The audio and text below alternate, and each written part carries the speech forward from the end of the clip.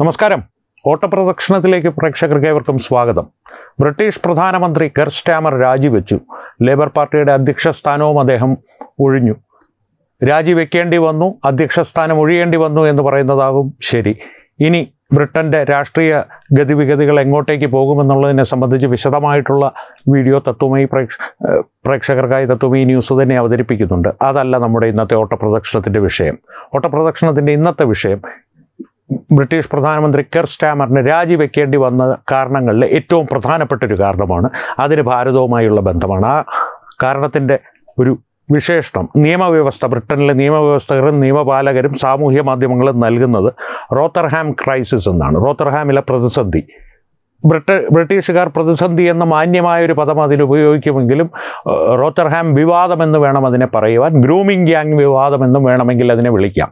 പാകിസ്ഥാനിൽ നിന്ന് ബ്രിട്ടനിലേക്ക് കുടിയേറി പാർത്ത് അവിടുത്തെ പൗരത്വം നേടിയ ഒരു സംഘം ജിഹാദികൾ ആസൂത്രിതമായി റോത്തർഹാം പ്രദേശത്തെ, ബ്രിട്ടനിലെ ഒരു പ്രവിശ്യയാണ് റോത്തർഹാം പ്രവിശ്യയിലെ സാമ്പത്തികമായി അത്ര ഉയർന്ന നിലയിലല്ലാത്ത പെൺകുട്ടികളെ കൃത്യമായി ലക്ഷ്യം വെച്ച് അവർക്ക് പ്രായപൂർത്തിയായിട്ടില്ല എന്നുള്ള ഉറപ്പ് വരുത്തി. കാരണം ഒരു സ്വാധീനിക്കാൻ എളുപ്പത്തിലുള്ള ഒരു പ്രായത്തിലുള്ള പെൺകുട്ടികളെ, ഒരു പെൺകുട്ടിക്ക് പോലും പ്രായപൂർത്തിയായിട്ടില്ല, അത്തരം 1400 പെൺകുട്ടികളെ അവരുടെ വലയിലാക്കി ലൈംഗിക ചൂഷണത്തിന് വിധേയരാക്കി വളരെ കാലമായി ഉപയോഗിച്ചു കൊണ്ടിരിക്കുന്നു, ദുരുപയോഗം ചെയ്തുകൊണ്ടിരിക്കുന്നു എന്നുള്ള ഞെട്ടിക്കുന്ന വിവരങ്ങൾ പുറത്തു വന്നതിനെ തുടർന്ന് ബ്രിട്ടൻ്റെ സാമൂഹിക രാഷ്ട്രീയ വ്യവസ്ഥകൾ ആകെ ഉലഞ്ഞിരുന്നു. പക്ഷേ ഇത്തരത്തിലുള്ള ചൂഷണം ഈ ജിഹാദികൾ ചെയ്യുന്നു എന്നുള്ളതിൻ്റെ അപ്പുറം, അല്ലെങ്കിൽ വളരെ വർഷങ്ങളായി, ഏതാണ്ട് 30 വർഷങ്ങളോളമായി ഈ പ്രക്രിയ തുടർന്നു പോരുന്നു എന്നുള്ളതിൻ്റെ അപ്പുറം, ഈ ലേബർ പാർട്ടി സർക്കാർ അധികാരത്തിൽ വന്നതിന് ശേഷം നിയമപാലകർക്ക്, പോലീസുകാർക്ക് ഈ സംഭവത്തെക്കുറിച്ച് നേരത്തെ തന്നെ അറിവുകൾ ഉണ്ടായിരുന്നു, പരാതികൾ ലഭിച്ചിരുന്നു. പക്ഷേ അവരതിനുമേൽ യാതൊരു നടപടികളും കൈക്കൊള്ളാതെ ഇത് മൂടി വയ്ക്കുവാനാണ് ശ്രമിച്ചത്.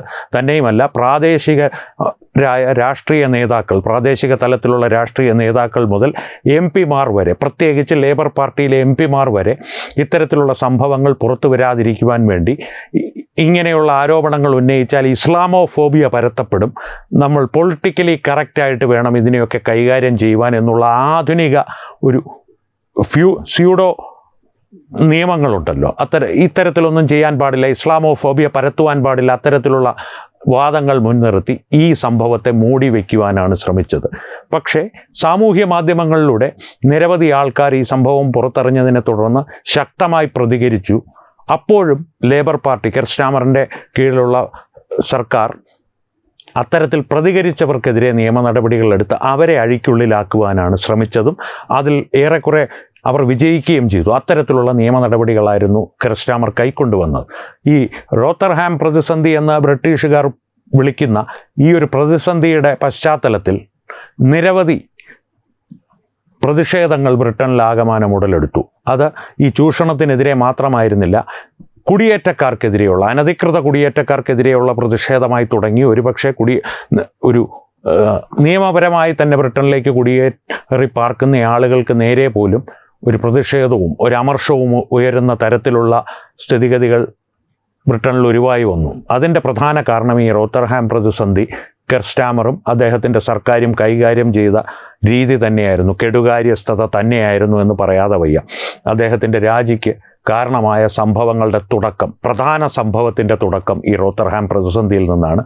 അത് ഈ പാകിസ്ഥാനി ഗ്രൂമിംഗ് ഗ്യാങ്ങിനെ സംരക്ഷിക്കുവാനുള്ള ശ്രമങ്ങൾ പോലെ അദ്ദേഹത്തിൻ്റെ സർക്കാരിൻ്റെ ഭാഗത്തു നിന്നുണ്ടായ നടപടികളാണ്. അങ്ങനെയാണ് ബ്രിട്ടനിലെ പൗരന്മാർ കാണുന്നത്. ജിഹാദികൾക്ക് എന്ത് വില കൊടുത്തും സംരക്ഷണമൊരുക്കി ജിഹാദികളുടെ ഇത്തരത്തിലുള്ള ഭീകരവാദ പ്രവർത്തനങ്ങളെ, ലവ് ജിഹാദ് പോലെയുള്ള, അവിടെ ഗ്രൂമിംഗ് എന്ന് വിളിക്കപ്പെടുന്ന ലവ് ജിഹാദ് പോലുള്ള പ്രവർത്തികളെ മറച്ചു പിടിക്കുവാനും അത്തരത്തിലൊന്നുമില്ല എന്ന് പറഞ്ഞ് സമൂഹത്തെ വിശ്വസിപ്പിക്കുവാനും, അത്തരത്തിൽ ഇസ്ലാമോഫോബിയ പരത്തുന്നവരല്ല ഞങ്ങൾ, ഇസ്ലാമോഫോബിയ പരത്തുവാൻ ശ്രമിക്കുന്നവർക്കെതിരെ ഞങ്ങൾ നിയമ നടപടികൾ കൈക്കൊള്ളുമെന്ന് ലോകരാഷ്ട്രങ്ങളെ ബോധ്യപ്പെടുത്തുവാനും, അല്ലെങ്കിൽ ഒരു ഇടത് ജിഹാദി ആവാസ വ്യവസ്ഥയെ ബോധ്യപ്പെടുത്തുവാനും വേണ്ടിയുള്ള പ്രവൃത്തികൾ തുടങ്ങിയ കെർ സ്റ്റാമറിനെതിരെ ബ്രിട്ടനിൽ ജനരോഷം പൊട്ടിപ്പുറപ്പെട്ടു. ആ ജനരോഷം ഒടുവിൽ കൂടുതൽ ഗൗരവമേറിയ വിഷയങ്ങൾ ചർച്ച ചെയ്തു തുടങ്ങി.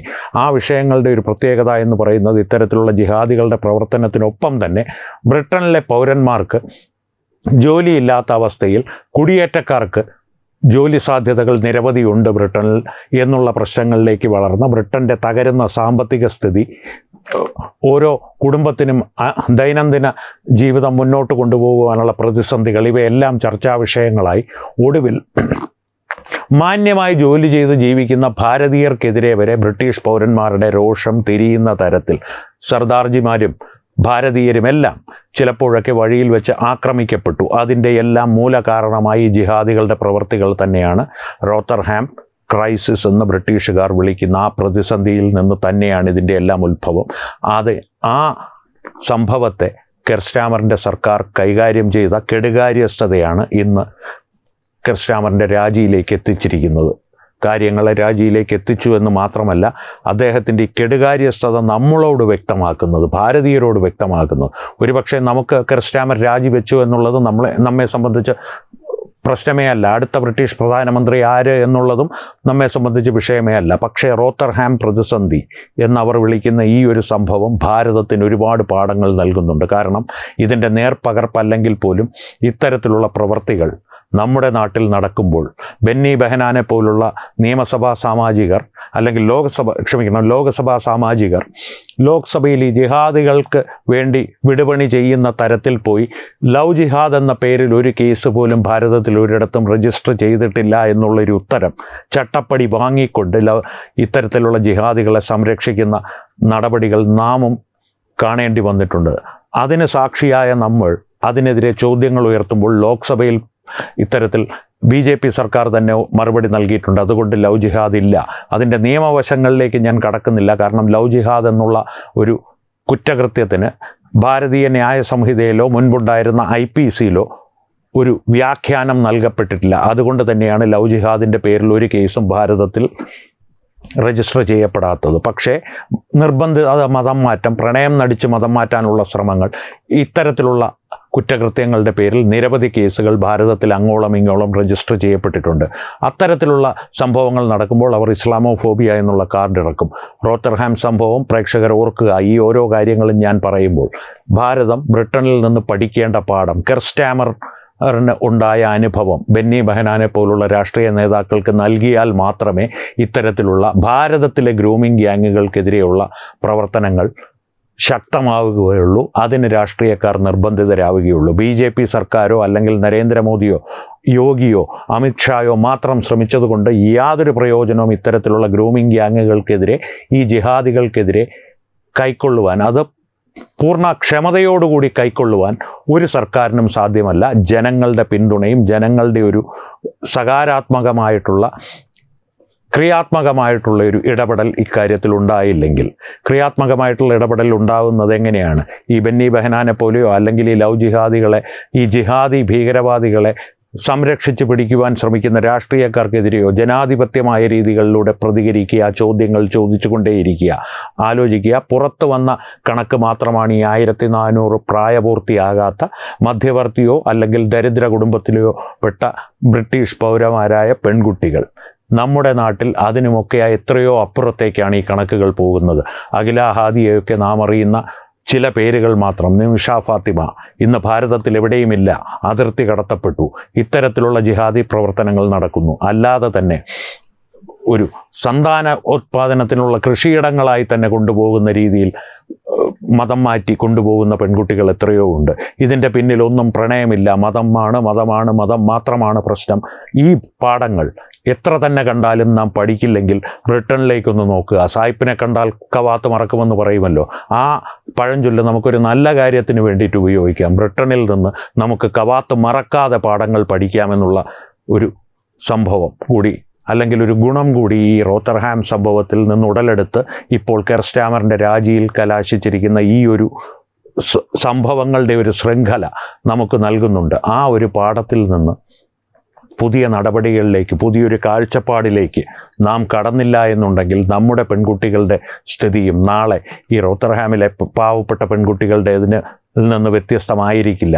ജിഹാദികളെ സംരക്ഷിക്കുവാൻ അവർ 100 വഴികൾ അല്ലെങ്കിൽ 100 സംരക്ഷകരെ 100 തരത്തിൽ ഒരുക്കി വച്ചിരിക്കും. ആ സംരക്ഷകരൊക്കെ ആരാണെന്ന് നാം തിരിച്ചറിയുമ്പോഴേക്കും ആ സംരക്ഷകർ അവരുടെ ജോലി ചെയ്തു കഴിഞ്ഞിരിക്കും. ജിഹാദികൾ ആ കുറ്റകൃത്യം ചെയ്ത് നമ്മെ കടന്നു പോയിരിക്കും അടുത്ത കുറ്റകൃത്യത്തിനായി, അടുത്ത ജിഹാദിനായി, അടുത്ത ഭീകരവാദത്തിനായി. അവരുടെ ആത്യന്തികമായ ലക്ഷ്യം അവരുടെ മതത്തെ ഏത് വിധേനയും എന്ത് ഭീകരവാദ പ്രവർത്തനം നടത്തിയും എന്ത് ചതിയിലൂടെയും വളർത്തുക എന്നുള്ളത് മാത്രമാണ്. ആ ലക്ഷ്യത്തിന് വേണ്ടിയിട്ട് അവരെന്തും ചെയ്യും. ഇത്തരത്തിലുള്ള ബെന്നി ബെഹനാനാണെങ്കിലും മറ്റേത് രാഷ്ട്രീയക്കാരാണെങ്കിലും അത്തരത്തിലുള്ള യൂസ്ഫുൾ ഇഡിയറ്റ്സിനെ നമുക്കെതിരെ ഉപയോഗിച്ചു കൊണ്ടിരിക്കുകയും ചെയ്യും. ഇതൊന്നും നമ്മുടെ വിഷയമല്ല. ഇവരാരും നമ്മുടെ വിഷയമല്ല. നമ്മുടെ വിഷയം നമ്മുടെ പെൺകുട്ടികൾ മാത്രമാണ്. അതുകൊണ്ട് തന്നെ ആ പെൺകുട്ടികളെ സംരക്ഷിക്കുവാൻ ഏതറ്റം വരെയും നാം പോകും എന്നുള്ള ഒരു തീരുമാനം, ഉറച്ച തീരുമാനം നാം എടുക്കുക. ജനാധിപത്യപരമായിട്ടുള്ള രീതികൾ തന്നെ നമ്മുടെ മുൻപിലുണ്ട്. ബ്രിട്ടനിലെ ഒരു ജനതയ്ക്കുള്ള ഒരു പ്രശ്നമെന്ന് പറഞ്ഞു കഴിഞ്ഞാൽ ലിഖിതമായൊരു ഭരണഘടന ഇല്ലാത്ത രാജ്യമാണ് ബ്രിട്ടൻ.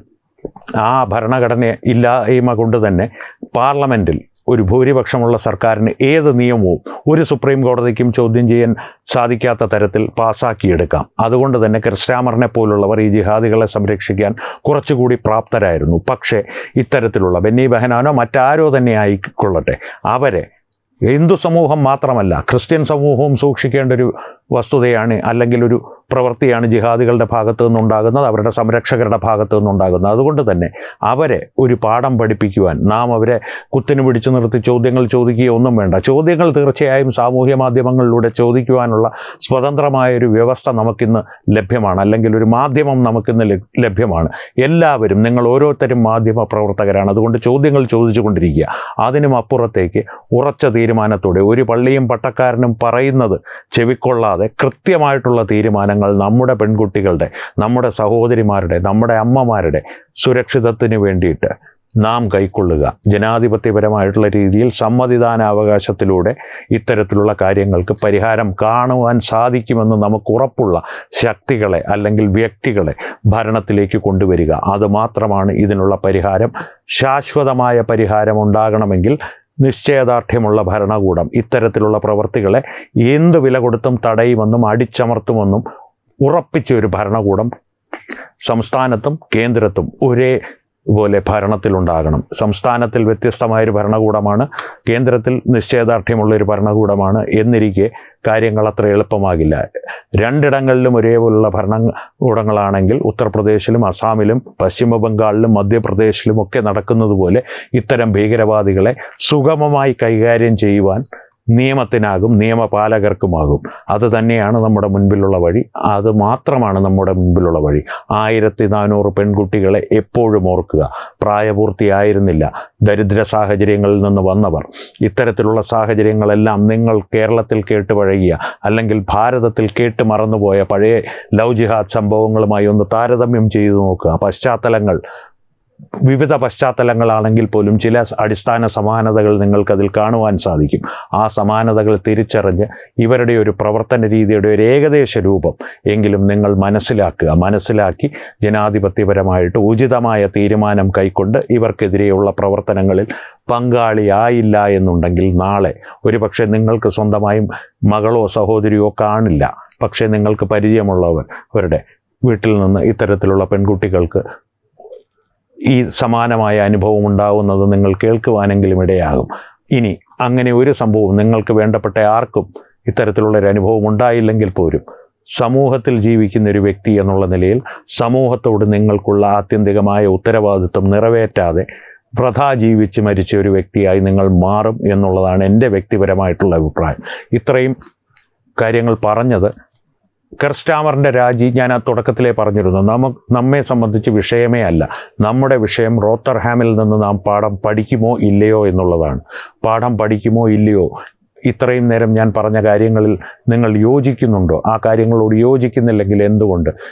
ഇത് സംബന്ധിച്ച എല്ലാ പ്രതികരണങ്ങളും തീർച്ചയായും തത്വമൈ ന്യൂസുമായി കമൻറ്റുകളിലൂടെ പങ്കുവയ്ക്കുക. ഒപ്പം ഈ വീഡിയോ നിങ്ങളുടെ പ്രിയപ്പെട്ടവരുമായി ഷെയർ ചെയ്യുക.